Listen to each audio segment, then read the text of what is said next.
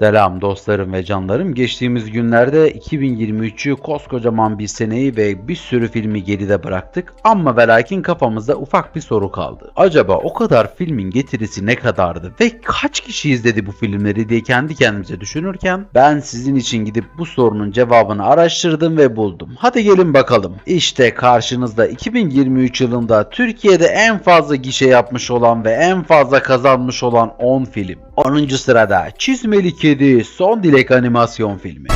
Süper bir şey geliyor.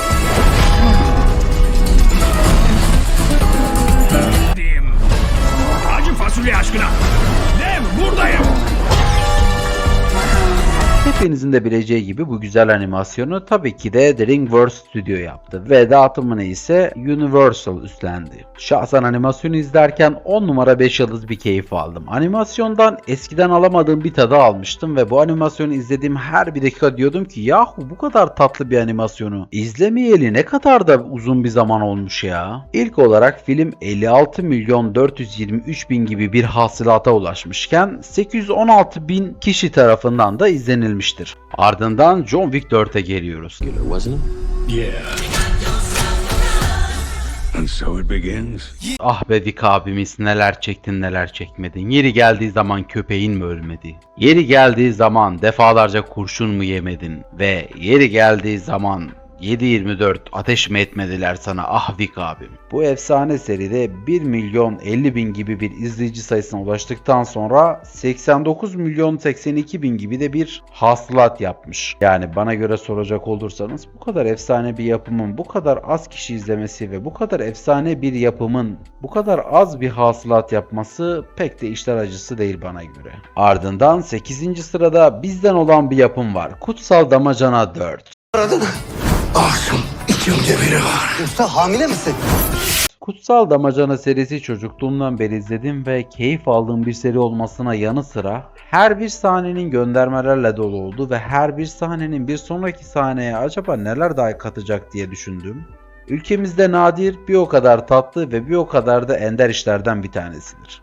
1 milyon 147 bin gibi bir izleyici sayısına kavuştuktan sonra 75 milyon 264 bin gibi de bir hasılat yapmıştır. Yani bana göre soracak olursanız baya az, hem de baya. 7. sırada Avatar Suyun Yolu filmi var. O çok yakında. Bu filmi izlerken gerçekten aşırı derecede bir keyif almam bir yana James Cameron abimizin yaptığı her işteki gibi bu işi de professional bir şekilde yönetmesi bir yana ve bu seriyi izlerken en çok keyif aldığım yerlerden bir tanesi de çeşitlilik anlamında ve görselliğin bolca olduğu, hikayenin de bayağı akışkan olduğu bir seri olması diğer yandan ve her bir dakikasının, her bir saatinin ve her bir saniyesinden hayatınızdan gittiği için hiçbir şekilde usanmayıp bıkmadan tekrardan izleyebileceğiniz bir seri olması bir yandan. Gelelim yumurtanın çatlamış olduğu yere dostlarım. 1 milyon 362 bin gibi bir izleyici sayısına kavuşmuş bu seri. 101 milyon 995 gibi de bir hasılat yapmış en azından bizim ülkede. Ardından popüler kültür yüzünden çıktığı ve gerçekten benim izlerken en fazla sıkıldığım ve sevmediğim yapım olan Barbie filmi var. Now till forever. You guys ever think about dying? Bu yapımı gerçekten büyük bir zevkle izleyenlerin akli dengesinden biraz şüphe de etsem, bu yapımın hiçbir şekilde bana hitap etmediğini izlerken aslında böyle çok fazla sıkıldığımı ve nedendir bilinmez bir sürü insanın bir ton gönderme paylaştığı, bir ton insanın bir sürü pembe renk giydiği ve her seferinde sosyal medyada büyük bir yankı uyandıran bu seri nedendir bilinmez herkes tarafından çok fazla paylaşıldı. Tekrardan dediğim gibi filmden pek haz etmesem de yine de Ryan Gosling ve Margaret Robbie'nin oyunculukları benim için zirve olmakla birlikte kendilerinin oynadığı pek çok filmi aşina bir şekilde izleyip onlara o kadar büyük bir sevgi ve hayranlık duyuyorum ki dostlarım. Çünkü Blade Runner 2049 filmini hatırlarsanız Ryan Gosling büyük bir performans sergilemişti. Aynı şekilde Suicide Squad'da da Harley Quinn büyük bir yetenek ve performans sergilemişti. Ama ne yazık ki bu filmde ikisinin oyunculuğu güzel de olsa filmi pek sevemedim. Filmimiz 1 milyon 399 bin gibi bir izleyici kitlesine kavuştuktan sonra hasılatı ise 141 milyon 47.000 olmuştur. Yani Instagram'daki o kadar beğeni ve o kadar paylaşımdan sonra biraz daha fazla izleyici ve biraz daha fazla hasılat gelmesini en azından ben bekliyordum şahsen. 5. sırada bizden olan bir yapım var. Tabii ki de hepimizin de çok sevebileceği, yer yer komik, yer yer eğlenceli, yer yer şaşırtan sahneleriyle Ölümlü Dünya 2. Benim tabancayla geldiğim yere roket atarla geldin sen. Şimdi.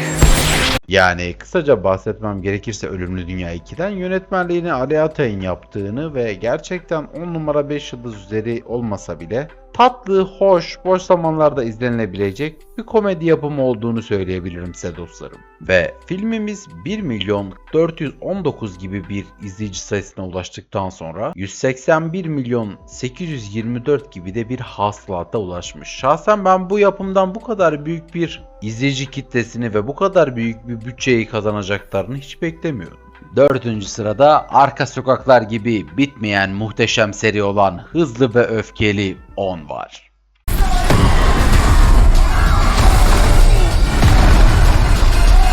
Artık isminin Hızlı ve Öfkeli'den ziyade Toretto'ların büyük macerası diye geçecek olan bu film her bir seride mutlaka bizi şaşırtmaya, mutlaka başka yerlere götürmeye ve konusu sözde araba olup ama araba dışında bütün konuları işleyen efsane bir yapım olması bir yana, sevgili Vin Diesel abimizin yıllardan beri oyunculuğunu yapıp ondan sonra da yapımcılığını üstlendiği efsane seri olması bir yana. Bu güzel yapım ülkemizde 1.577.000 gibi bir izleyici kitlesine kavuştuktan sonra 137.022.000 gibi de bir hasılat yapmıştır. Şahsen ben daha fazla yapmasını beklerdim ama ne yazık ki geçtiğimiz senelerde en fazla kazanan ve en fazla hasılat yapan film Recep İvedik'ti. O yüzden hiç şaşırasım yok dostlarım. 3. sırada bir başarı hikayesi, bir kahramanlık hikayesi ve bana göre listenin en başında olmasını istediğim film olan Atatürk var. Ben size perişanlık vaat ediyorum.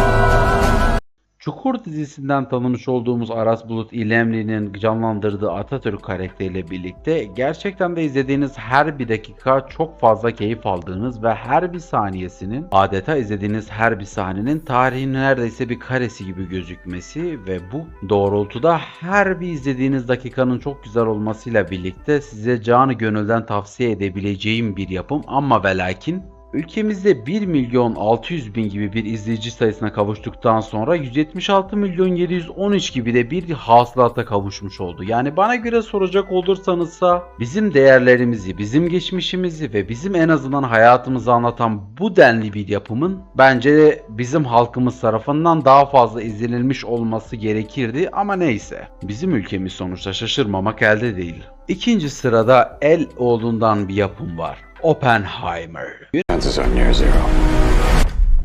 Near zero. Yönetmenliğini Nolan tarafından yapılıp oyunculuğunu da Cillian Murphy'nin üstlendiği bu efsane yapım beni izlerken çok fazla düşünceye sürükledi. Yani izlediğim her bir dakika, her bir saniyede Cillian Murphy'nin bu kadar güzel oyunculuğu acaba nereden getirdiğini veya nasıl başarabildiğini hayretler içerisinde izledim gerçekten de.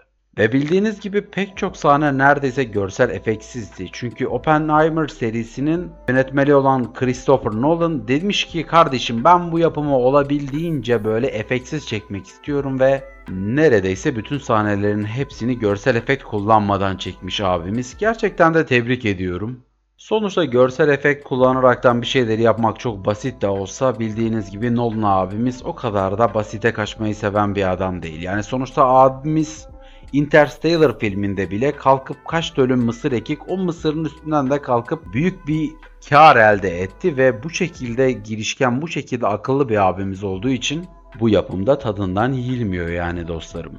Yapımımız 1.700.000 gibi bir izleyici kitlesine kavuştuktan sonra sinemalarda 187.788 gibi de bir hasılat yapmıştır. Bana göre soracak olursanız daha fazla bir hasılat, daha fazla bir izleyici kitlesi beklerdim ama ve lakin burası Türkiye. Hemen hemen hiçbir şeye şaşırmamak elde değil.